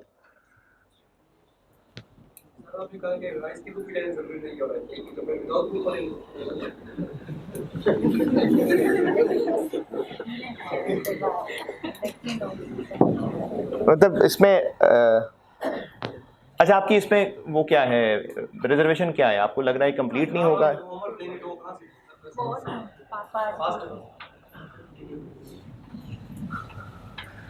ये जो लेक्चर नोट्स हैं ये कंप्लीट कोर्स ही पढ़ाऊंगा आपको, मैं आपको पूरी कॉस्ट अकाउंटिंग का कोर्स पढ़ा के खत्म करा के भेजूंगा।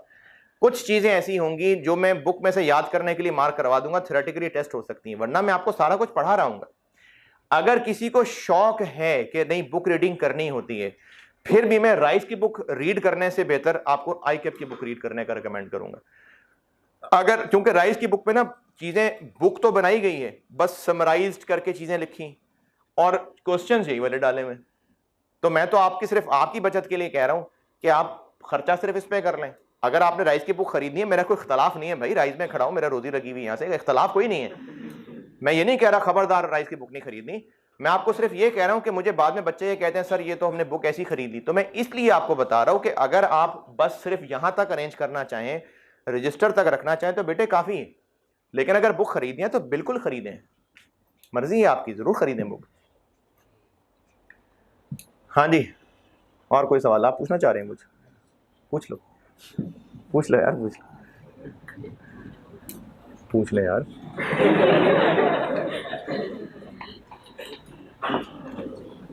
जी, कुछ सवाल ही नहीं यार करने का। नहीं तो मैं आपसे ये थोड़ी कह रहा हूँ कि जो पढ़ाया है उसमें सवाल पूछें, पढ़ा नहीं सवाल पूछना है। बाकी पूरा 1 घंटा बोला हूँ, उसमें आपके कोई कंसर्न हो सकते हैं, कोई रिजर्वेशन हो सकती है, जैसे बच्चे ने बुक का पूछा है, इस तरह की और कोई कंफ्यूजन परेशानियां हो सकती हैं। जी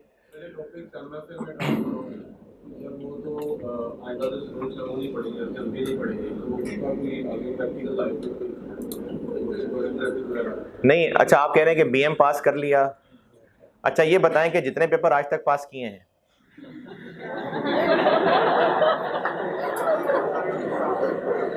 जो उनमें पढ़ लिया, उनमें से कितना रिटेन किया आज तक? अच्छा वो ना कोई ऐसा, वो जो टॉपिक निकले हैं ना जैसे बजटिंग है, ये कोई ऐसी वो एटम बम बनाने का फार्मूला नहीं था, या कोई जन्नत में जाने का रास्ता नहीं था कि आप अब स्किप करके तो रह जाएगा। वो कैलकुलेशंस का एक चैप्टर था। अगर आप वो बजटिंग नहीं भी सीख पाएंगे कोई वैसी बड़ी बात नहीं है। हाँ, long term decision making BFD में पढ़ लेंगे जाके, आप एमएफए नहीं पढ़ेंगे चलो बीएफडी में पढ़ लेंगे, तो वो इतने कोई मसला नहीं होगा। हाँ, अब जैसे कुछ आईएएस होते हैं, जैसे आईएएस 33 एक ईपीएस, वो एफएआर 1 में आ गया अब, और आप लोग जो एफएआर 1 पार कर चुके हुए हैं तो वो तो वो नहीं पढ़ रहे होंगे, और अब वो सीफैप में भी नहीं है, सीफैप से निकल के एफएआर 1 में आ गया हुआ है, तो बस नहीं था, नसीब में नहीं हुआ। तो कई टॉपिक इस तरह के होते हैं, तो कोई बात नहीं, पढ़ाई करके लोग वैसे भी भूल जाते होते हैं। प्रैक्टिकल लाइफ में जब आते हैं फिर वहां पर जो चीजें सीखते हैं फिर थोड़ा बहुत पढ़ा हुआ याद आ रहा होता है। तो कोई मसले वाली बात नहीं है कि अगर आपसे बजटिंग मिस हो जाएगी तो इसमें कोई ऐसी महरूमी की बात नहीं रह जाएगी। हाँ जी, और कोई सवाल? जी सर एक सवाल है, वो वैसे आपसे पूछने का तो नहीं है लेकिन सोच रहा हूँ पूछूं। कैसे आते चले पूछा। सर, अगर खुदा ना खास्ता हमारी कोई क्लास रह जाती है आपकी, तो कोई यहाँ पे रिकॉर्डिंग का सिलसिला है कि वो हमको मिल जाए ताकि हम वो कवर अप कर लें? नहीं, क्योंकि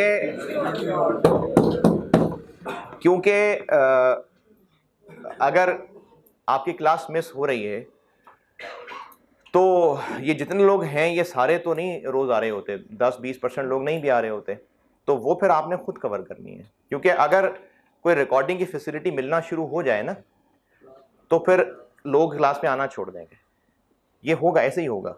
अभी लास्ट टाइम ये हुआ कि कोरोना की वजह से अनसर्टेनिटी फैल गई, तो जो फिजिकल क्लास में बच्चे बैठे हुए थे उनको फिर ये ऑनलाइन का स्टूडेंट बना के उनको भी लॉगिन्स मिल गए।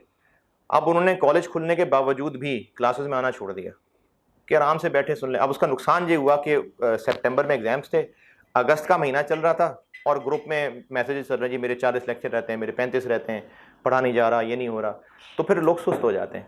तो इसलिए ये फैसिलिटी इसीलिए नहीं दी जा रही, वरना अगर कोई जेन्युइन मसला हो तो ठीक है, आपकी बात जेन्युइन है, कोई फैसिलिटी हो सकती थी इस तरह की, लेकिन नोइंग स्टूडेंट्स ये नुकसान में जाती है फैसिलिटी, इसलिए इस तरह की फैसिलिटी नहीं दी जाती।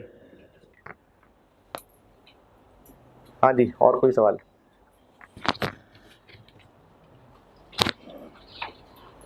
फिर आखिर में मैं कंक्लूडिंग नसीहत करूंगा, इसलिए पूछ रहा हूँ। जी है जी। दिन का तो मुझे पता नहीं यार, क्योंकि पहले कैफ 8 जो है वो जुमेरात को पेपर होता था आई कैप में, तो फिर यहाँ टेस्ट भी जुमेरात को होता था। अभी नई स्कीम का मैंने टाइम टेबल नहीं देखा, और जो आई कैप का एग्ज़ाम डे होगा ना उसी दिन टेस्ट होते हैं। लेकिन ये जो टेस्ट कंडक्ट होने में मसला या चेक होने में मसला, वो मेरे से रेलेवेंट नहीं है। मैं टेस्ट बना के दे ज़रूर दिया करूँगा एग्ज़ाम डिपार्टमेंट को, लेकिन वो मुझे तो ये भी नहीं याद होता कि कौन सा टेस्ट किस दिन हो रहा है, तो वो मेरा रेलेवेंट फील्ड नहीं होगा। वो आप मेरा ख्याल है मिस महक की शायद देख रही होंगी, इसको आप उनसे पूछ लीजिएगा या यहाँ पूछ लीजिएगा कि किस रूम में हो रहा है, कहाँ होगा। है जी, कैफ 3 भी थर्सडे को होगा। क्या कोई प्लान है इसमें? अब वो जो आई कैप की डेट शीट में थर्सडे को, हाँ तो फिर ये भी थर्सडे को हुआ करेगा। जो आई कैप का एग्जाम डे है ना वही टेस्ट के लिए यूज़ हुआ करेगा। जी जी बिल्कुल, मतलब जब भी जो भी एग्जाम्स होंगे, अगर आई कैप का एग्जाम डे थर्सडे है, अब कह रहे हैं थर्सडे ही होगा, तो फिर कॉस्ट का थर्सडे को ही हुआ करेगा। जी नहीं, वो पूरा दिन अवेलेबल होता है। आप क्लास के दौरान टेस्ट नहीं होगा, क्योंकि क्लास में तो कोर्स कवर करना है ना, तो वो ये है कि पूरा दिन होता है। जैसे अगर थर्सडे का दिन है तो सुबह से शाम तक आपके पास टाइम है, कोई ना कोई रूम होगा वहाँ पर टेस्ट हो रहा होगा, वहाँ जाके टेस्ट दे आइएगा। सर अगर आप कॉस्ट का थोड़ा सा समरी बेस इंट्रो दे दें कि कॉस्ट है क्या, न्यूमेरिकल बेस्ड है, थ्योरेटिकल है क्या, वो तो मैं कल कॉस्ट शुरू करूँगा, तो पढ़ाना शुरू करूँगा तो बिल्कुल उसका इंट्रोडक्शन दूंगा। न्यूमेरिकल है, चलें इतना बता देता हूँ कि न्यूमेरिकल है, कॉस्ट न्यूमेरिकल सब्जेक्ट है जी। कितना मुश्किल है? बहुत मुश्किल है। बहुत डर लगता है। देखें, लोग पास करते ही हैं, और ऐसा नहीं है कि कॉस्ट में बस 3% लोग पास होते हैं और बाकी में 50% हो जाते हैं। कॉस्ट में भी यही 30-40% लोग पास हो रहे होते हैं आई कैप के, और मेरी क्लास में से कोई 70-75 लोग पास हो रहे होते हैं %। देखें ये तो हर सब्जेक्ट में ही, मुश्किलें तो हर सब्जेक्ट में होंगी। आप टीचर को फॉलो करें, मेहनत करें और कंटिन्यूसली मेहनत करें, तो फिर क्यों नहीं होंगे, पास हो जाएंगे। नहीं तो कभी ना कभी तो हो ही जाएंगे। कॉस्ट को लेकर इतना स्पेसिफिक क्यों है कि इतना मुश्किल सब्जेक्ट है, क्योंकि जब से हम कैप में आए कॉस्ट पे ही, क्योंकि बेटा मुश्किल है, मैं कह रहा हूँ कॉस्ट अकाउंटिंग मुश्किल सब्जेक्ट है, कहा तो है मुश्किल है। और इसको कॉस्ट को ज़्यादा मुश्किल इसलिए भी समझा जाता है कि आपने अगर एक टॉपिक के 10 सवाल कर लिए हैं तो आपको लगेगा कि 10 के 10 में कुछ ना कुछ डिफरेंट है। अकाउंटिंग होती है ना, जैसे इनकम्प्लीट रिकॉर्ड्स पढ़े थे आपने, वो सारे सवाल ही एक जैसे होते हैं, कोई एक आधी एडजस्टमेंट मुश्किल होती है। इसी तरह से स्टैंडर्ड है, तो स्टैंडर्ड में लिखा हुआ जो है उसके अंदर ही है जो कुछ। कॉस्ट अकाउंटिंग का स्टैंडर्ड नहीं है, और ये नहीं कि कॉस्ट अकाउंटिंग का कोई स्टैंडर्ड ही नहीं है, मतलब जिस तरह अकाउंटिंग स्टैंडर्ड्स होते हैं उस तरह इसका कोई स्टैंडर्ड, कोई लॉ नहीं है, क्योंकि मुख्तलिफ मुल्कों में, मुख्तलिफ बिजनेसेस में इसकी डिफरेंट एप्लीकेशन होती है, इसलिए लोगों को मुश्किल लग रहा होता है। लेकिन आप लोगों को जो तरीके सिखाऊंगा फॉलो करते जाए, हो जाएंगे इंशाल्लाह पास। अगर डरते परेशान होते रह जाएंगे ना, तो फिर आप 2+2 भी नहीं कर पा रहे होंगे, क्योंकि बच्चे इतने परेशान हो जाते हैं कॉस्ट में आके कि 2+2 वाली जैसी चीज़ भी निकल जाती हैं। तो बस आपने घबराना नहीं।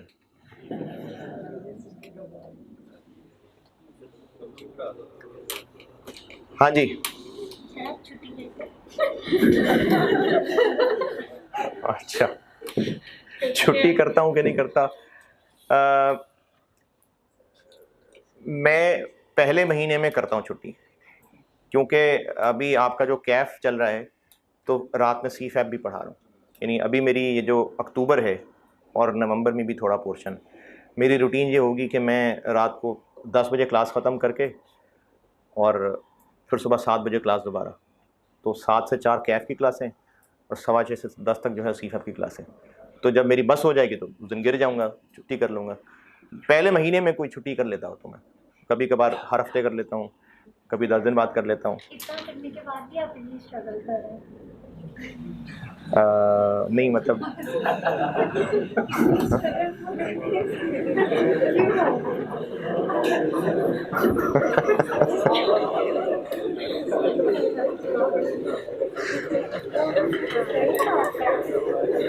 अच्छा, आपको मैं समझा देता हूँ जिसको समझ नहीं आई।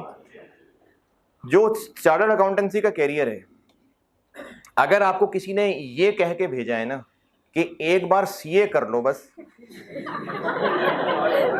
उसके बाद आपको बादशाह सलामत बना के बिठा दिया जाएगा और आपके घर बैठे बैठे आपको सारी फैसिलिटीज मिल जाएंगी, तो ऐसा नहीं है। आप जब मैट्रिक कर रहे होंगे तो आपको ये कहा गया होगा शायद कि बस मैट्रिक कर लो। तो ये तो बेटा जो कैरियर है, जो आप दुनिया की जिंदगी है, वो तो मुसलसल एफर्ट है। चार्टर्ड अकाउंटेंसी करने के बाद अगर आप समझते हैं कि आपकी जिंदगी में आसानी आ जाएगी, तो नहीं, ऐसा नहीं होगा। चाहे जो मर्जी प्रोफेशन हो, चाहे आपने सीए फर्म बनाई हो, चाहे आप इंडस्ट्री में हो, चाहे आप टीचिंग में हो, चाहे अपना कोई बिजनेस कर रहे हो, सीए करने के बाद मुसलसल एफर्ट होगी। हाँ, होगा ये कि जैसे अगर मैं दिन के मिसाल के तौर वो, लेकिन ये तो सेशन है ना मेरा। आप ये देखें, मैं कैफ और सी फैप को पढ़ाता हूँ। ये कैफ है, ये सी फैप है, ये कैफ है, ये सी फैप है। अब ये पोर्शन बहुत टफ होगा, ये पोर्शन आसान होगा, ये पोर्शन आसान होगा, ये पोर्शन आसान होगा। इसी तरह प्रोफेशन टू प्रोफेशन वेरी करता है, लेकिन जनरली चार्टर्ड अकाउंटेंट जो भी काम कर रहे होते हैं, एफर्ट है, एफर्टलेस जिंदगी नहीं है। लेकिन जिस काम के लिए एफर्ट कर रहे होते हैं, रिस्पेक्ट होगी, पैसा कमा लेंगे, कंफर्टेबल लाइफ होगी, फिर वो भी साथ मिल रहा होगा। वरना जो गधा है, जो रेडी के आगे उसको जोत दिया है और वो फिर 10, 12, 15 घंटे मजदूरी कर रहा है, तो मेहनत तो वो भी कर रहा है, लेकिन उसको फिर इतने रिसोर्सेज नहीं मिल रहे। तो इसलिए सीए करने के बाद अगर आपको ये लगता है कि आपको मेहनत नहीं करनी पड़ेगी, तो आप गलत फील्ड में आ गए। आपको मेहनत करनी पड़ेगी। हर प्रोफेशन के अंदर मेहनत है। डॉक्टर, इंजीनियर, क्या इनकी मेहनतें नहीं है? मेरा कज़न है मेरे साथ, हम मतलब बचपन का दोस्त है, अब इंजीनियर है, उसकी एक प्लांट पे जॉब है, 3-3 हफ्ते बाद घर आता है, 24 घंटे की नौकरी है प्लांट पे। तो ये आसान जिंदगी। हर प्रोफेशन में मुश्किलें हैं। ऐसा नहीं है कि आप सीए कर लेंगे तो आपकी मुश्किलें खत्म हो जाएंगी, तो चलेगा, आगे चलेगा। हाँ जी, और कोई इस तरह की कंफ्यूजन किसी ने दूर करनी है?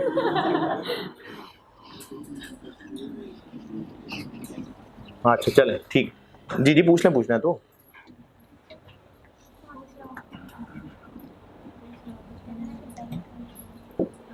अच्छा चले। बाकी इसके अलावा जिन लोगों ने पहले मुझसे पढ़ा हुआ है, सेशन में इंशाल्लाह पढ़ाना तो आपको बेस्ट है ही है। उसके अलावा भी मेरा टारगेट ये होता है कि सेशन का जब एंड हो के आप जा रहे हो, सेशन ख़त्म हो रहा हो, तो मैं आपकी ज़िंदगी में बहुत कुछ पॉजिटिव ऐड कर चुका हूँ। ये भी इंशाल्लाह साथ साथ जिन्होंने मुझे पहले कभी नहीं पढ़ा हुआ, मुझसे मेरे बारे में नहीं जानते, तो वो भी आस्ता आस्ता उनको रियलाइज़ हो जाएगा। एक नसीहत मैंने पिछली क्लास में भी की थी, जो लोग बैठे हुए हैं पिछली क्लास में थे दोबारा सुन लें। अल्लाह ताला ने हमें दुनिया के अंदर एक मुआशरे की शक्ल में ही रहने को कहा है। यानी हमारा दीन हमें ये हरगिज़ नहीं कहता कि सब बंदा अपनी अपनी ज़िंदगी गुजारे, अपनी अपनी। रिश्ते बनाए ही इसलिए गए हैं कि एक दूसरे के साथ जो मामलात हैं, जो ताल्लुकात हैं, उनका टेस्ट हो रहा है। कोई बाप बेटे का रिश्ता है, बहन भाई का रिश्ता है, माँ बेटे का है, माँ बेटी का है, मियाँ बीवी का है, इसी तरह के जो थोड़े से दूर हो जाते हैं, खाला, चचा, मामू, ताया, ये सब रिश्ते बनाए हैं। इन रिश्तों के अलावा कोई ना कोई हमारे सोसाइटी के ताल्लुक हैं। कोई गाहक है तो कोई दुकानदार है, तो कोई मरीज़ भी है। बस है तो उसमें सवारियां बैठी हुई हैं, बस का ड्राइवर है तो सवारियां भी हैं, जो 2 सवारियां साथ बैठी हुई हैं उनका एक ताल्लुक है। हर इंसान का कहीं ना कहीं सोसाइटी में ताल्लुक है। जो अल्लाह ताला की मखलूक के लिए आसानियां करने वाला बनेगा, अल्लाह उसके लिए आसानी करने वाले बन जाएंगे। जो अपने भाई की कोई ज़रूरत पूरी करने में लग जाएगा, अल्लाह उसकी ज़रूरतें पूरी करने में लग जाएंगे। जो ज़मीन वालों पर रहम करता है, अल्लाह ताला उस पर रहम करते हैं। इस तरह की कई अहादीस हैं। तो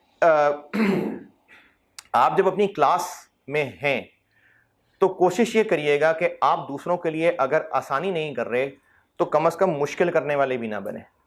जैसे ये जो 4-5 दोस्तों का ग्रुप होता है ना, तो फिर ये करते क्या हैं क्लास के अंदर, जुगतों में या आपस में शुगर लगाने में, हल्की आवाज़ में, लेकिन आपस में एक दूसरे के साथ शुगर लगाने में वो वक्त लगाते हैं।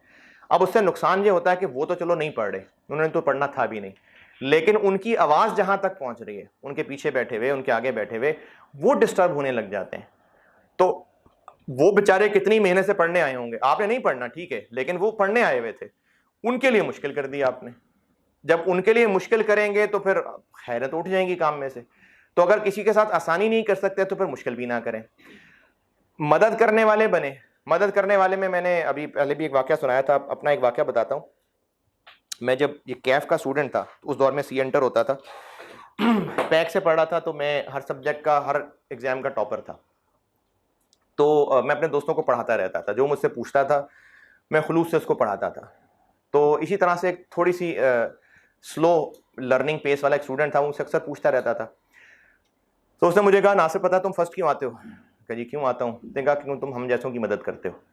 तो बताने का मकसद ये है कि जब आप एक दूसरे की मदद करने वाले बनेंगे, क्योंकि स्टूडेंट जो होता है ना, वो बाज़ों का ऐसा कमीना हो जाता है कि एक दोस्त पूछ रहा है यार ये नोट दे दो, मैं आया नहीं था।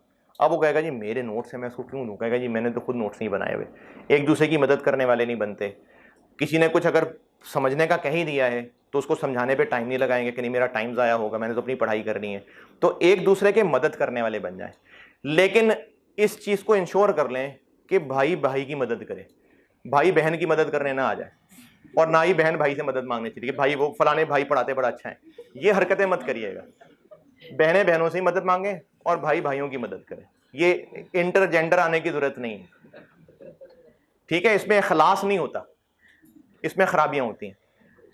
तो बाकी जो भाई भाई हैं और जो बहनें बहनें हैं, ये आपस में एक दूसरे की मदद करने का जब जज्बा रख लेंगे ना कि हाँ मदद करनी है।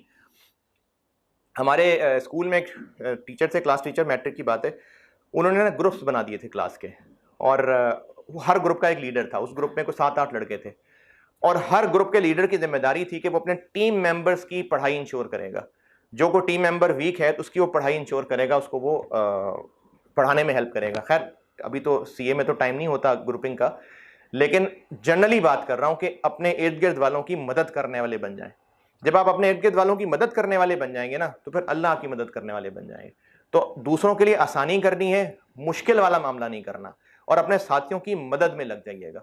हर कोई इस कोशिश में रहे कि अगर किसी को कोई बात वो कोई से पूछ रहा है तो खुलूस के साथ बताएं, क्योंकि खुलूस के साथ जब हम दूसरों की मदद करने वाले बन जाएंगे, हमारे काम अल्लाह बनाने वाले बन जाएंगे।